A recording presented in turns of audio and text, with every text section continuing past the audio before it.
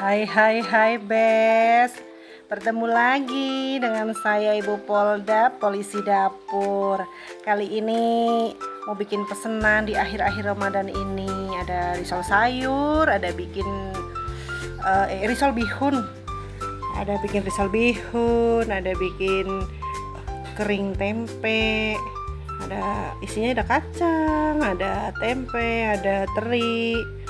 Tuh, terus kita kasih bumbu pedas manis gitu. Nih jadinya kayak gini. Murah saja, seperempat saya jual 25.000. Kalau untuk kering kentang mustofanya seperempat aku jual 35.000. Terus kita bikin tumpeng pesanan untuk khataman anak-anak. Terus jadi tuh tumpengnya 2. Kalau butuh sesuatu pesan aja di Aisyah Snack ya Bes ya. Kita menerima segala macam makanan deh pokoknya. Ada jajan pasar, ada kue ulang tahun, ada tumpeng, ada snack box, nasi box, kayak gitu-gitulah pokoknya. Harga menyesuaikan ya Bes.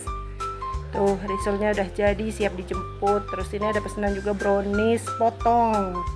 Tuh toppingnya bisa request, suka-sukalah mau topping apa. Thank you for watching Bes.